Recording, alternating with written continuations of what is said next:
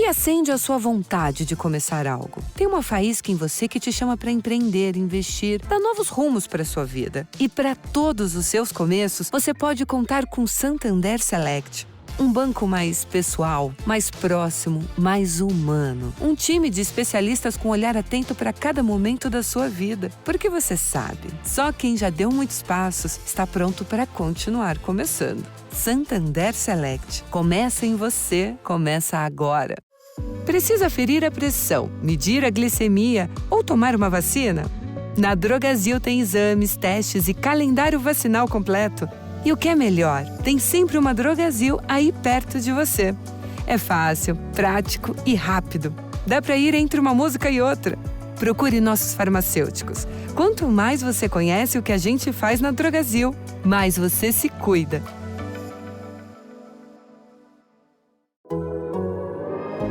The Athletic.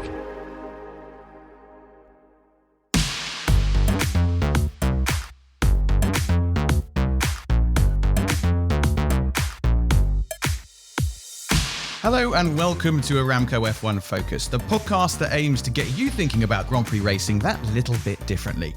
I'm Tim Silvey, the self-proclaimed team principal of this podcast, if you will. And as always, I'm joined by performance director Alex Brundle and head of stats, Sean Virtual Statman Kelly. Alex, how's it going?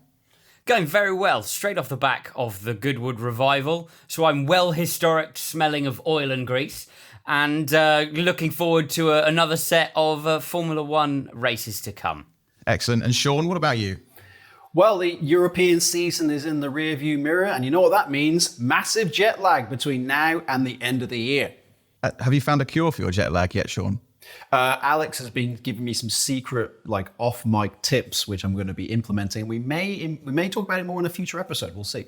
We can share those on socials. Good stuff, Jets. Lovely to be talking F1 with you both, as always. Let's get going, shall we?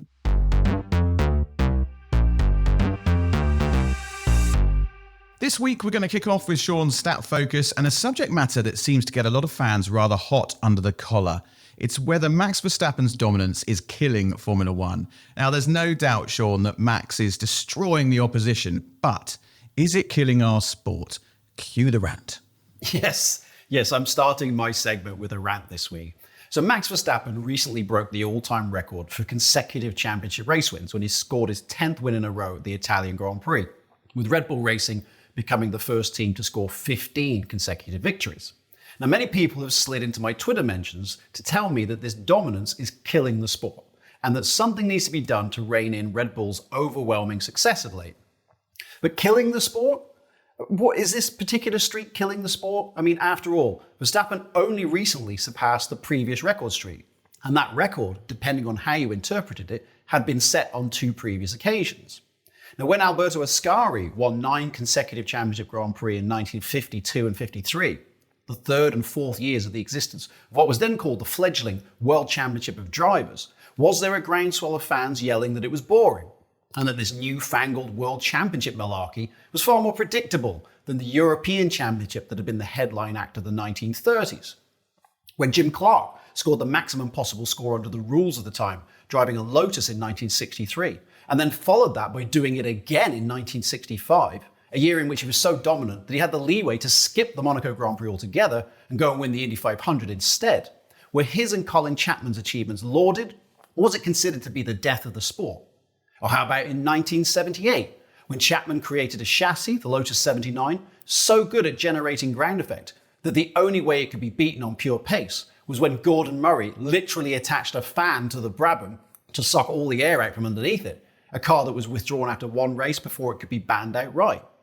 How about 1988, when most teams prepared for the forthcoming ban on turbocharged engines by simply updating their existing cars, while McLaren built a totally new chassis that would be legal for 1 year only, mated it with the world-beating Honda engine, and won 15 out of 16 races, at one stage qualifying 3.3 seconds quicker than anybody else. Did the knowledge that only 2 drivers had a chance of winning alienate the viewers? Or maybe 1992, when Nigel Mansell won the first 5 races of the season in a Williams FW14B, so superior to its rivals that Nigel Mansell qualified 2.7 seconds quicker than Ayrton Senna and 3.1 seconds quicker than Michael Schumacher at the British Grand Prix. Of course, Schumacher would have His own era of dominance, lest we forget when he was winning 11 races for Ferrari in 2002 and wrapped up the title on July the 21st of that year. Was Schumi killing the sport then? Well, I certainly hope not, because he won even more races in 2004, taking 13 wins on his way to his 5th consecutive world title for Ferrari. Furthering the German theme, Sebastian Vettel would win 13 races with Red Bull in 2013, not uncoincidentally taking 9 consecutive race victories along the way, and winning the title by the largest ever margin at the time, 155 points. And last but not least, there's Lewis Hamilton, of course, who became the first driver to 100 wins and 100 pole positions, has won at least 10 Grand Prix in 6 different seasons, and won the 2020 championship by 124 points, despite not even competing in all of the races. It's important to note that every driver and car I've mentioned, no matter how boring any contemporaneous observer may have found them at the time, are now well and truly placed among the greatest legends of the sport, a place where we will undoubtedly find Max Verstappen years from now. And while I agree it would be better to have more winners, those of us old enough to have witnessed these previous eras now boast that we saw some of the greatest competitors in history at the height of their powers. All very valid points, Sean, all taken on board. But could we point to the changing media landscape and the way content's consumed and blame that on the criticism being levied at the sport? By that, I mean, people have less attention span. They want excitement. Viewers now more than ever want to be entertained, or they move on to some other sport or thrilling thing that they can find on the internet or their live stream. Could it be now that we're less tolerant to this sort of dominance? Absolutely. I think that's one of the most fundamental principles, is that it's not necessarily the sport that has changed. It is ourselves that have changed. Back in the 80s and 90s, for instance, particularly in the 80s, I mean, I can remember watching Grand Prix where nothing would happen. Basically, after the start of the race, you know, there would be no pit stops, there were no refueling stops and whatnot. And we'd just see the same guys disappear off into the distance. And we'd sit there in anticipation that maybe somebody will make a move, maybe something interesting will take place and whatnot. These days, we're such a now generation. We need instant gratification. If we get bored for more than 10 seconds, what do? We get our phones out, we start checking social media, we text people and so on. Of course, that didn't exist back in the day. And I think that has had a large bearing on people's willingness to sit through such a dominant phase in Grand Prix history. It's interesting, though, and I think I have a secondary explanation for the reason for why we're not prepared to tolerate such dominance. Because, you know, when you look at those historical concepts and you look at, for example, a 6-wheeled Tyrrell or a fan car or something like that, those through the years of Formula One, those dominant cars that have come out, the reason why they're dominant has been evident to the viewer so often. You know, it's been clear that the car has something. The viewer can connect in, get excited about it, and understand it. With this latest Red Bull, as well as being in a slightly tribal era of Formula One as well, with everything that goes on in the social media landscape of the sport, I really think that the viewer sits there and they can't, beyond, you know, some discussion around very powerful DRS systems and the associated queries, the viewer can't really sit there and go, oh, they've come up with a excellent X or Y, and that is why they're winning races. And I think it's a confusion and a misunderstanding and a lack of ability to explain that dominance that really makes the viewer less tolerant of it. Well, it certainly parlays into the examples I gave. I mean, think Jim Clark winning in 1963 with the Lotus 25, the first proper monocoque chassis in Formula One, the Lotus 79, the first truly proper ground effect car, certainly the one that harnessed it and made everybody realize that, okay, this is actually the future now.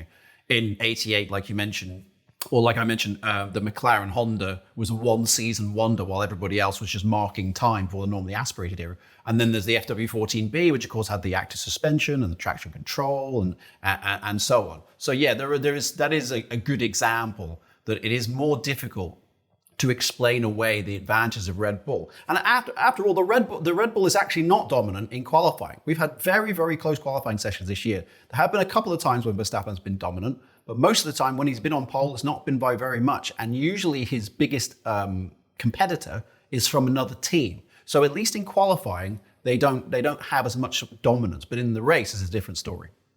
People were prepared to spend a lot of time watching man go to the moon, for example, because that felt like breaking ground.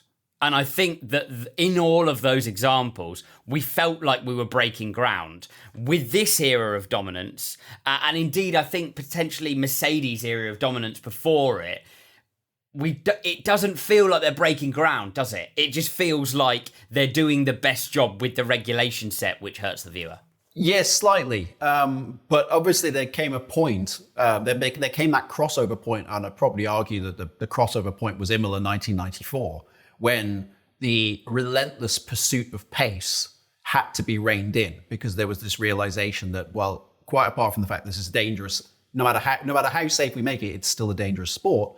But if they keep going quicker and quicker, the racetracks are not going to be able to contain these cars. So from then on, Formula One cars were a bit more on a leash and became a little bit more sanitized, shall we say. Now, that's whether you think that's a good thing or a bad thing is in the eye of the beholder. Everybody will have a different opinion on it.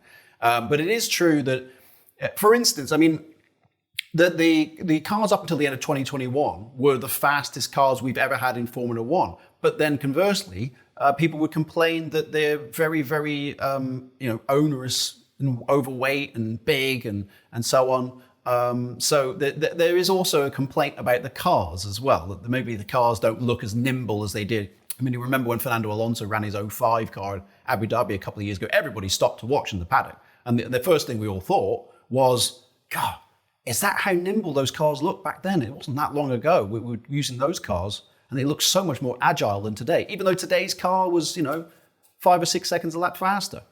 The cars are certainly not as nimble, but one thing that they are is incredibly reliable. They just don't seem to go wrong. Presumably that contributes a lot to Max's dominance, but does it diminish it at all?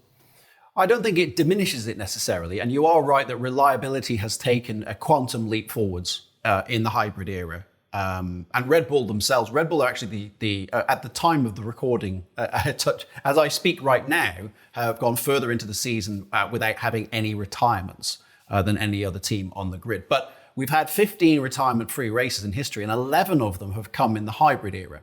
So we are in an era of reliability that bears no resemblance to what came before it. There was only 4 retirement-free races up until 2014, and one of those was Indianapolis 2005, when we only had 6 cars. So this season, it's been actually so reliable. We've had 2 races this season where we've had no yellow flag and no retirement. That was Miami and in Spain. I mean, the idea that we'd have an entire race without a single yellow flag, without a single retirement, you would have laughed at me 10 years ago. So I do agree that does play into it, because there isn't that anticipation. Will the car hold together?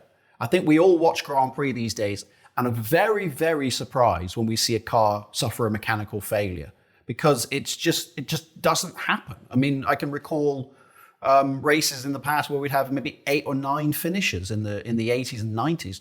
Now, if you get less than 18, it's almost newsworthy. It is that does strip down some of the anticipation of wondering what might happen next. I do agree. What about the cost cap, Sean? Does that prevent other teams rushing out a B-spec car to try and close that gap a little bit? Well, I had a similarly ranty conversation with Peter Windsor back in Australia about this. He was commiserating over the drawbacks of the cost cap. And he said to me, the problem is these days is, okay, yeah, Red Bull have got the best car in race trim. But nowadays, because of the constrictions of the cost cap, Mercedes can't go away and design a B-spec car in secret and wheel it out at Barcelona on Thursday morning to the surprise of everybody.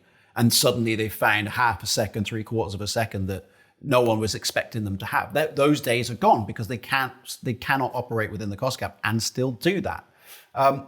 So that, again, that's a valid argument. I'd like to hear Alex's opinion on this, as he's more from the driver team side of things than from the statistics side of things. But it is fair to say, certainly from my side, Alex, jump in when you're ready, that the advantage is a little bit more baked in the cake than it seems to have been in the past. with McLaren's leap forward in mid-season notwithstanding. I mean, I'd have H-pattern V12s with single plane front and rear wings. So that's about where I stand on it.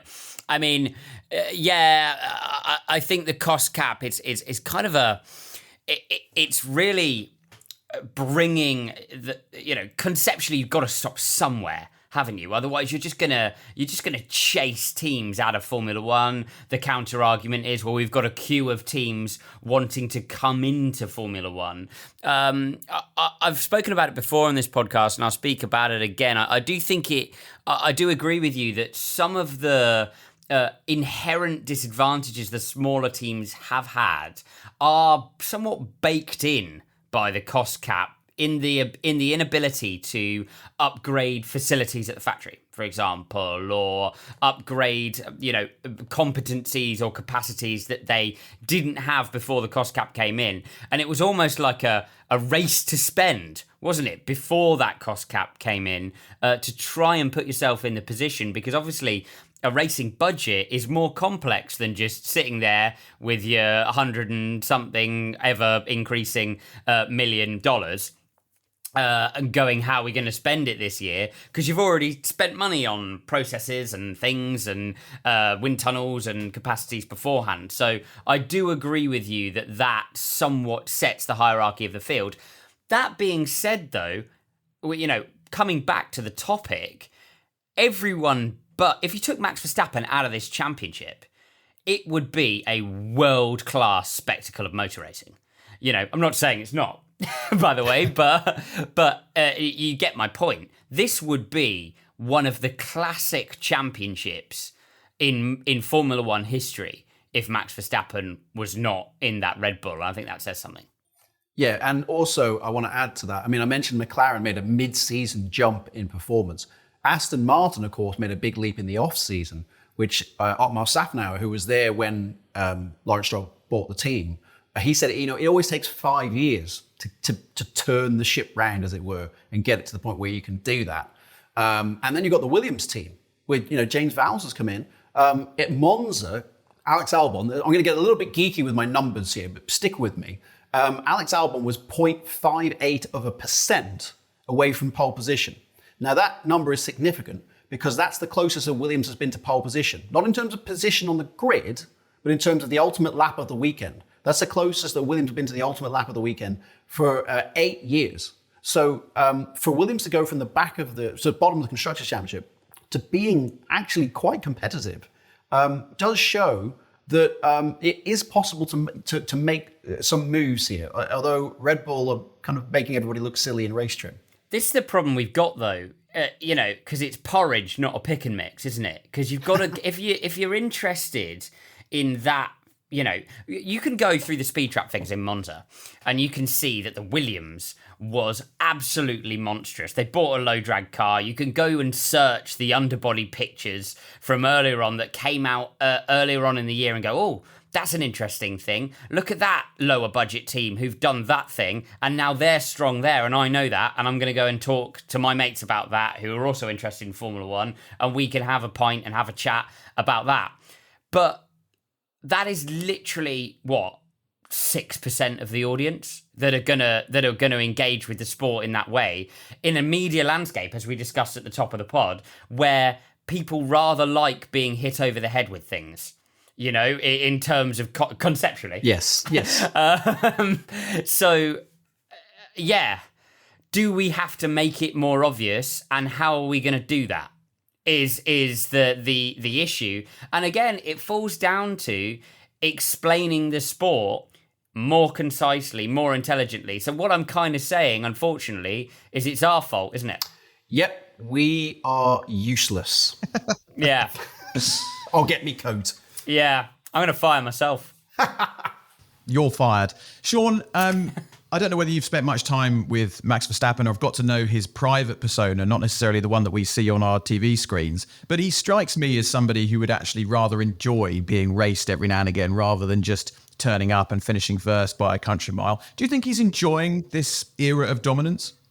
I think it's one of those instances, isn't it, when in life where you think, This is all going so well, and it's a little bit easy for me. I don't want to say that out loud because I don't want to jinx it, but it was kind of fun fighting wheel to wheel. As long as I was winning, as long as he's winning the race, fighting wheel to wheel would be good fun. I reckon he had a good time fighting with Carlos Sainz in Monza. When I was watching that battle, I likened it actually to a car that I previously mentioned, that Williams FW14B in '92. Whenever Senna would get ahead of Mansell at any point in a Grand Prix, watching Sainz defend from Verstappen was very similar to watching Senna try to keep Mansell behind him in that car.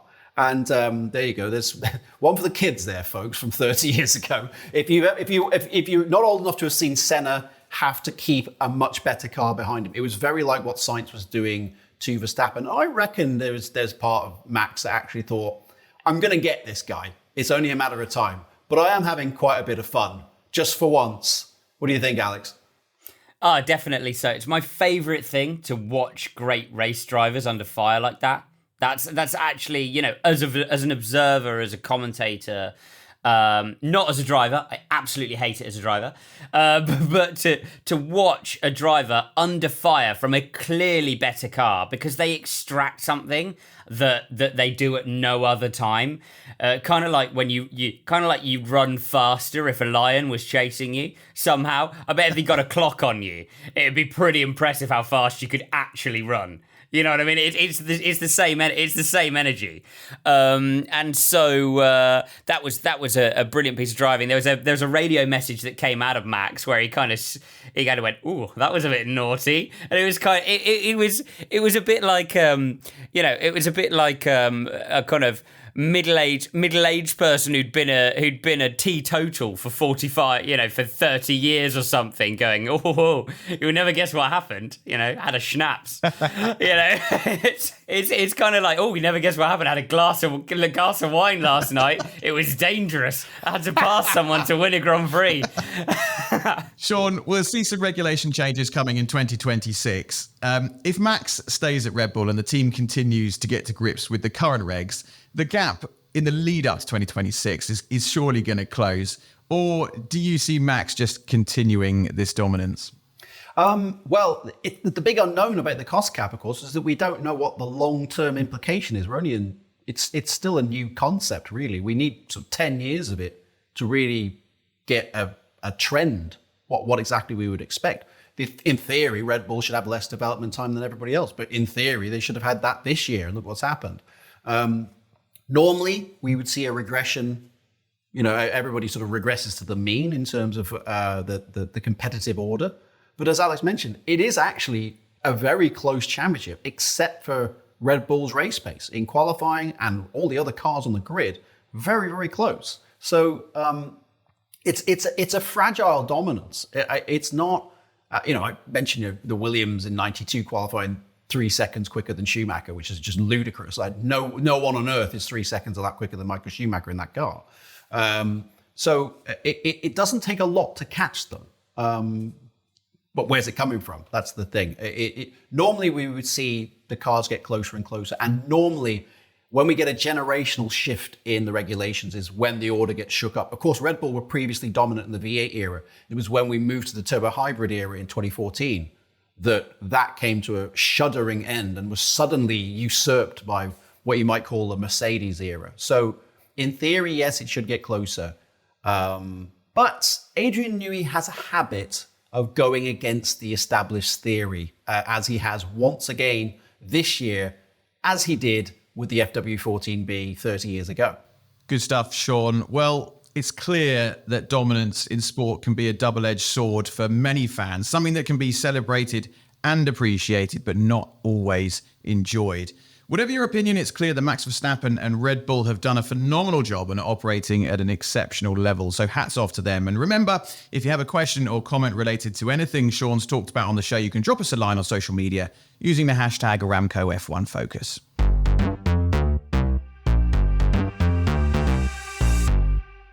Right, it's time to turn our attention to the nuts and bolts of performance with Mr. Alex Brundle. Alex, let them race. It's a phrase that comes up time and time again in motor racing, but what does it mean to you and why do you want to talk about it? You're diving into a classic motor racing phrase this week.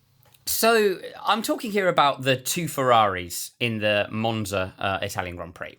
And I felt after the Grand Prix distance that under fire from Sergio Perez, both Carlos Sainz and Charles Leclerc may have had a better opportunity to keep Perez behind if they didn't race each other so hard. I said so on social media, and I was immediately poo-pooed by the social media community at large, who considered them racing to be the literal wheel-to-wheel stuff that they did after Perez had made his way through. But it's bigger than that, isn't it? Because as soon as you start to focus on your teammate, not want to give away strategically to your teammate, pit early perhaps to undercut your teammate, in reality, you're already racing. And when you look at the way that Grand Prix played out in terms of the gap to the leader,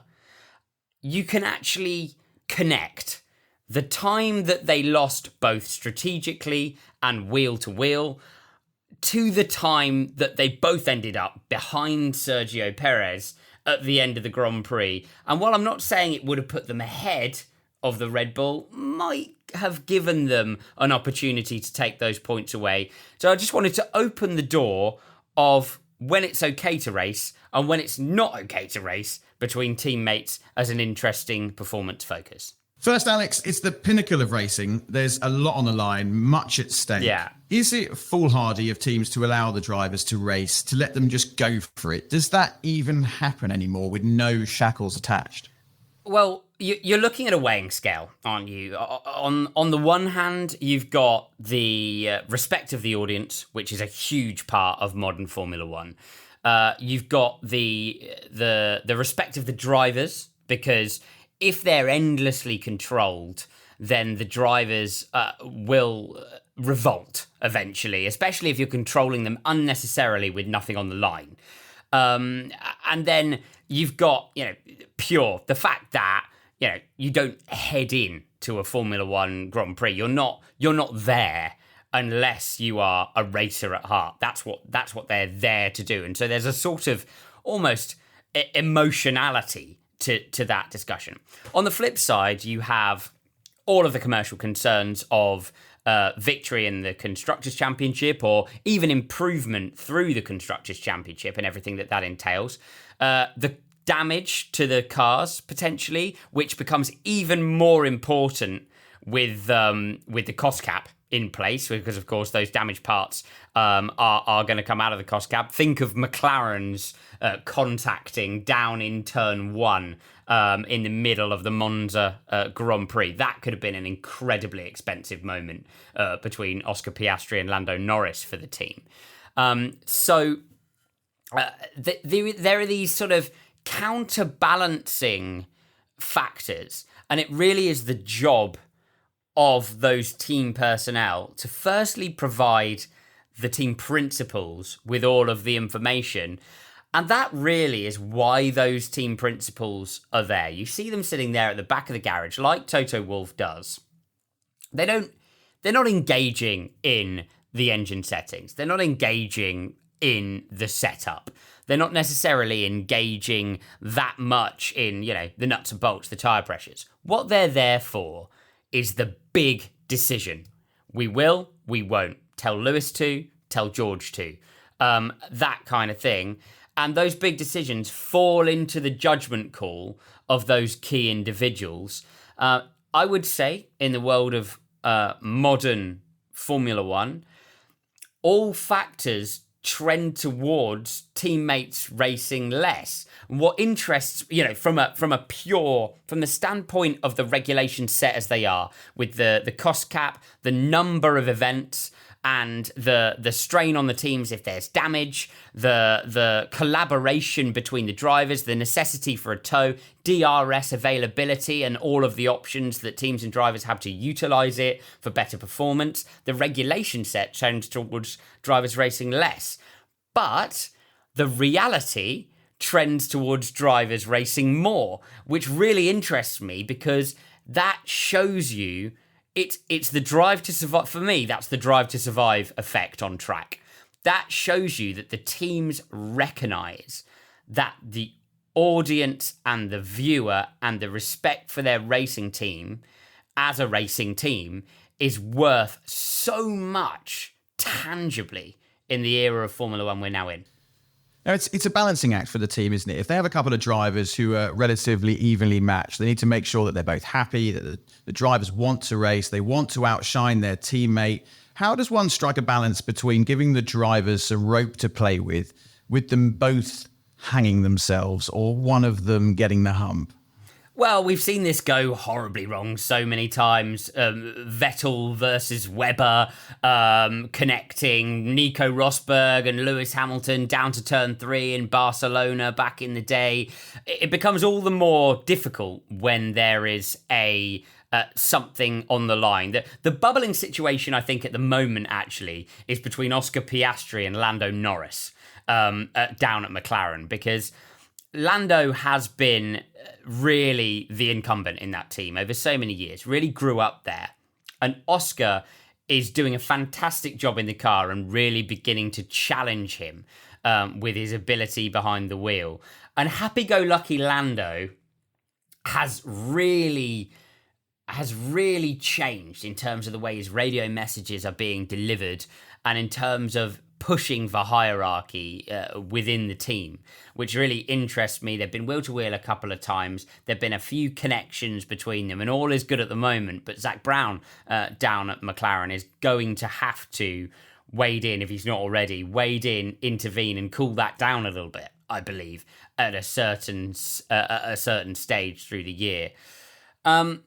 It's hard. What I've always seen throughout my career is teams try to manage the drivers by offering them the opportunity to race or offering them the freedom when there's nothing at stake or when there's less at stake, so that they can play the team game when there's more at stake. So a team will offer perhaps the drivers the opportunity to race over the final point for 10th, you know, when the car is not necessarily as strong as it might be. So the team can then pull rank when the race is over the final podium position, when the car is stronger. That means that the team principal or the team personnel can always refer back to the day that they allowed the drivers free rein if there's any question about later.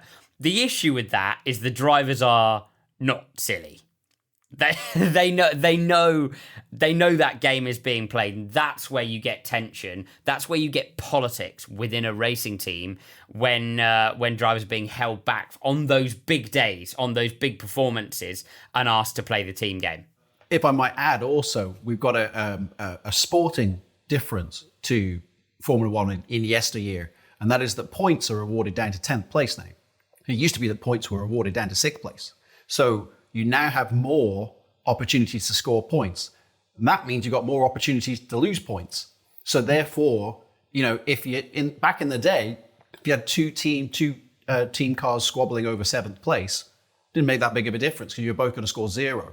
Now you're looking at, you know, 6th and 7th is 10, that's 14 points. 7th and 8th is 10 points. You know, if they take each other out, you lose 10 points. And bearing in mind what we said earlier in the show about how reliability is bulletproof these days, you know that your big rivals are probably going to get both their cars to the finish as well. So that also factors into the big decision about whether or not to let them race. Yeah, absolutely the case. I mean, if you throw points away in a Grand Prix, your rival's picking them up, aren't they? Exactly as you say, because drivers are generally keeping it on the road. The road has become wider with the amount of runoff on the circuits as well. So, you know, over in yesteryear around Monza, you'd see, 5 or 6 cars in the gravel at some point, wouldn't you, as well, or having issues around Spa? You'd see cars off in the wall. Now the cars recover; they stay in the race, which is good for the viewer. But it means that you do spill points all over the place if you do have a bad race. I think we're also seeing, and at the end of the day, the calculations are done. Racing teams are business entities. We're also seeing, with the monetization of eyeballs becoming ever higher, that in fact, the interesting crossover between the monetization of eyeballs becoming as important as the monetization of performance for the teams. Because if you go and put your 2 Ferraris on camera as they were for, 80% of the final, 10, 20, 15 laps of the Italian Grand Prix, then, it's something that you can quantify at the end of the year. If they do crash into each other, you lose one, they have a bump, and you lose one position in the Constructors' Championship, it's going to really hurt, but you still have the eyeballs, and it's still at the Italian Grand Prix. Alex, are you clandestinely suggesting that Formula One teams have stopped being Formula One teams, have started being social media influencers in their own right? No, I am not. No, I'm not. Not at all. But I do think that it's as we've discussed throughout this podcast, really, it's starting to affect the sport, isn't it? It's really starting to affect the sport. The way teams are viewed, the way that they instantly react as well online to rectify. I'm thinking, for example, of the broken trophy at the end of which one? At the end of the Hungarian Grand Prix. I'm thinking, for example, of the clash between Oscar Piastri and Lewis Hamilton in the Italian Grand Prix. The audience at large are percolating through, however much they would decline to comment, however much they would say they go racing and they go racing and they don't care what anyone says. The audience at large are percolating through to the way that race teams are being operated.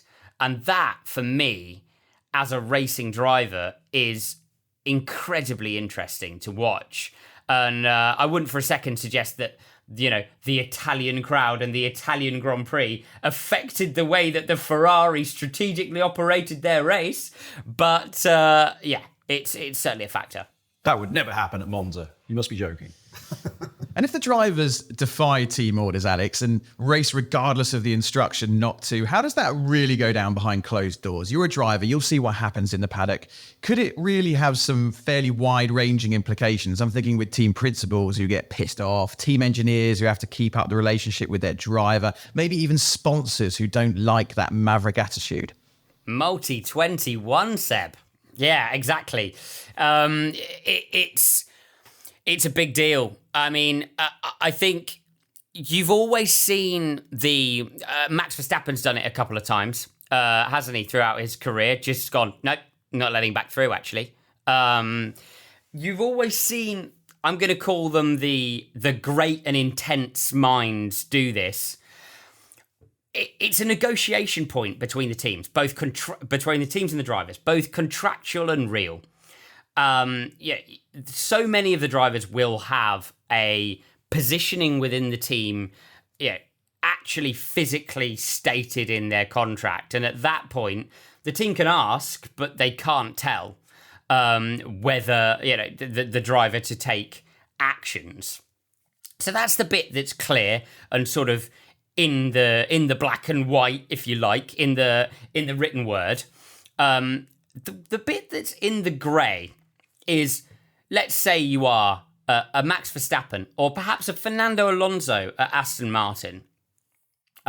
Maybe a bad example, actually, Fernando Alonso, Aston Martin, because of everything that goes on with Lance Stroll and so on. But let's say you're an Alex Albon at Williams. There's always a balance in the driver's mind as to how much the team need you and to how much you need the team.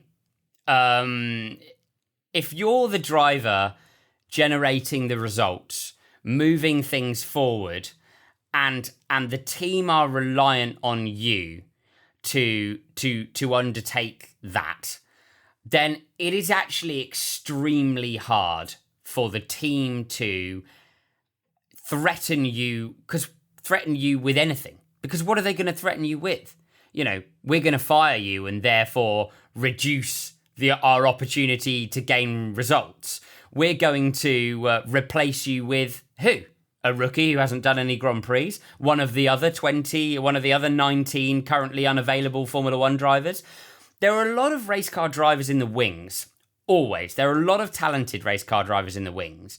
But because of the nature of Formula One, the super license, the number of drivers who are actually, have Grand Prix experience, there are not a lot of proven Formula One drivers available at any one time. And that's that moment where I think you see someone like a Sebastian Vettel in his heyday at Red Bull go, no, not letting him back through, because what are they going to do about it?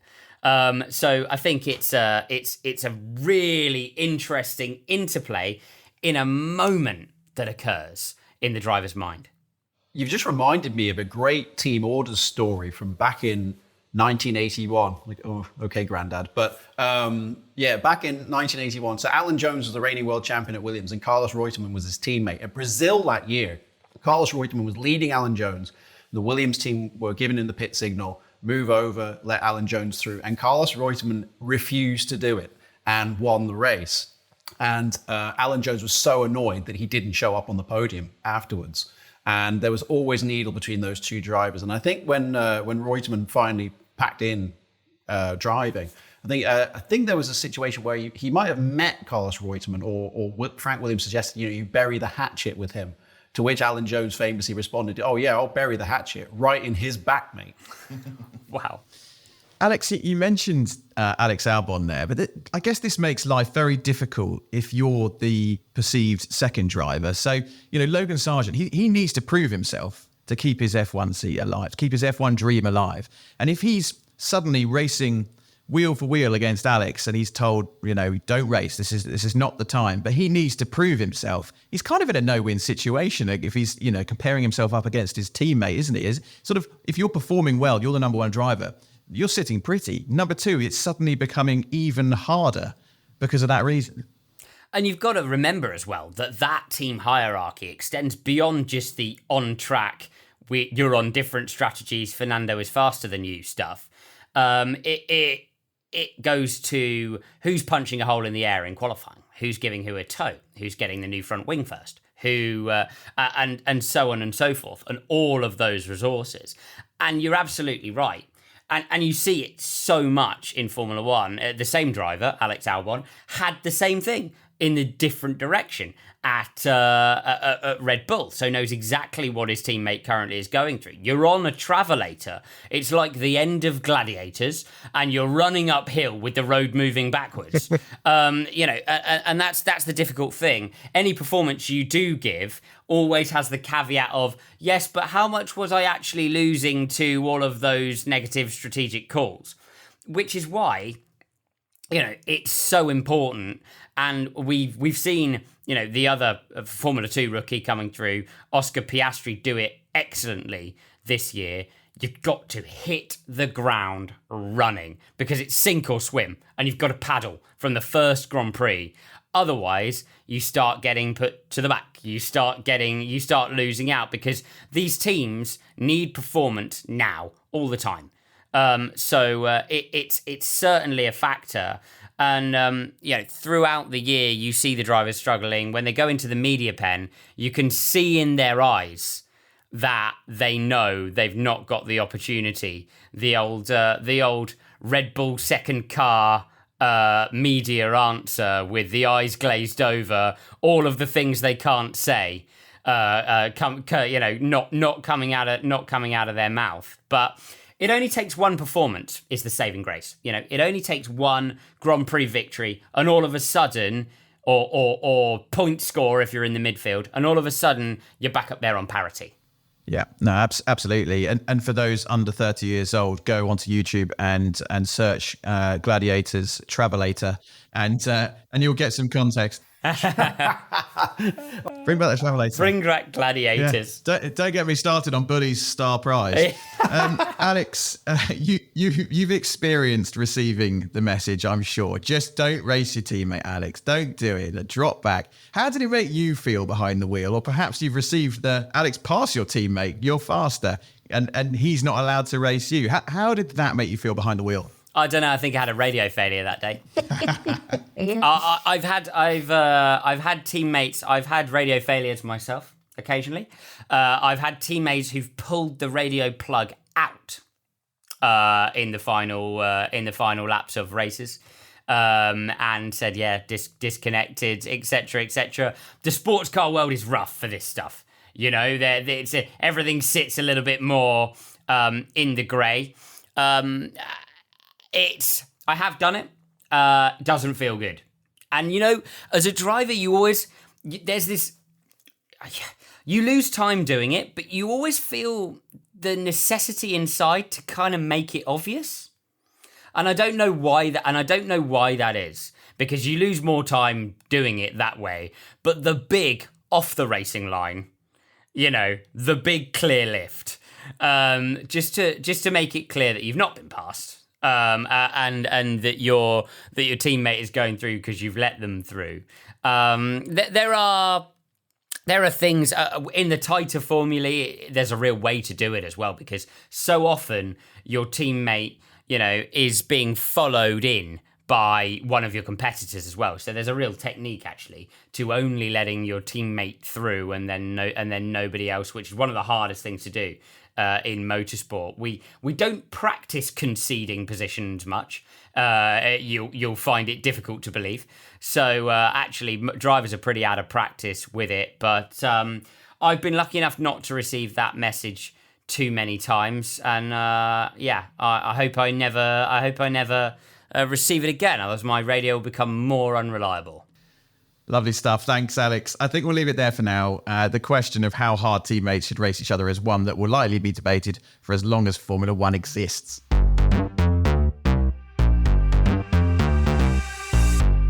Right, it's now time for our Aramco Focus segment, which this week returns to the subject of F1 in schools. Now, if you're a regular listener, you'll know we've already featured Chair of Judges Gary Anderson in this segment. Well, this week, we've got the big boss, Andrew Denford, founder and chairman of F1 in Schools, who's here to tell us about the Aramco F1 in Schools World Finals, which this year took place in Singapore. Now, we're recording this podcast before Singapore, but through the magic of editing, here's Andrew talking about how this year's event in Singapore went. I'm Andrew Denford, founder and chairman of F1 in Schools. The World Finals in Singapore are our 18th World Finals. It was held there for 8 days over the period of the Grand Prix weekend. We had 68 teams. It was our first World Finals since lockdown, with fully attended teams from all corners of the world. The racing takes place over 3 days, so it was a phenomenal achievement to have the biggest number of teams ever go through the whole process in the 3-day period.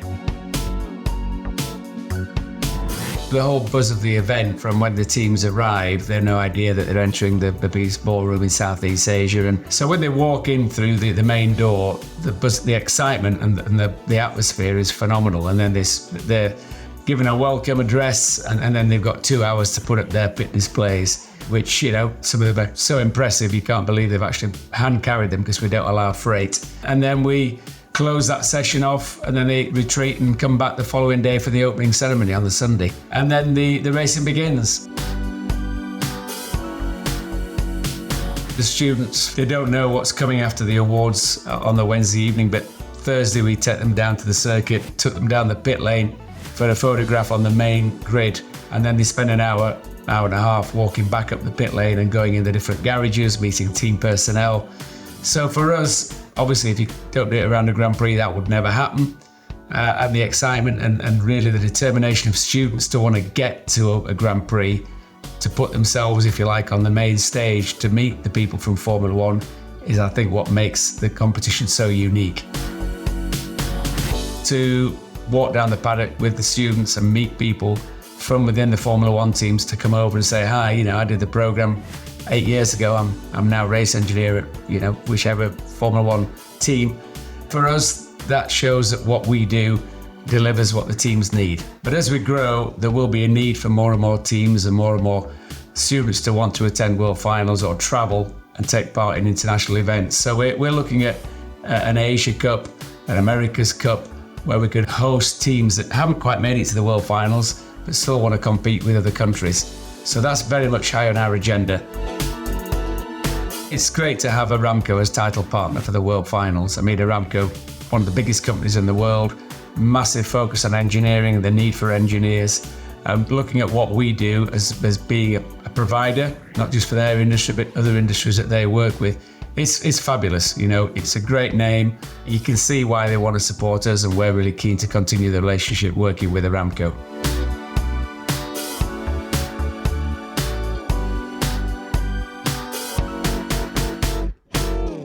That was Andrew Denford discussing the Aramco F1 in Schools World Finals, an event that seems to go from strength to strength. And who knows, maybe the next Adrian Newey will come through the scheme.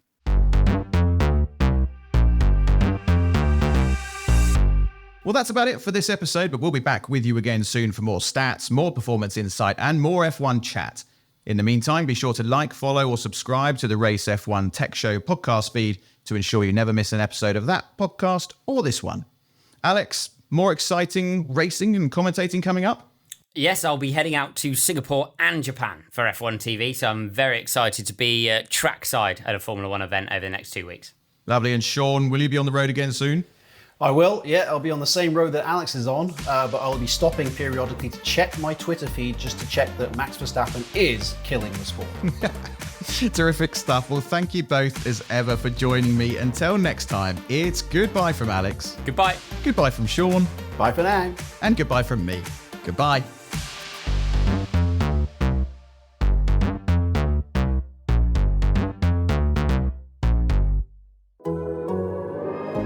The Athletic.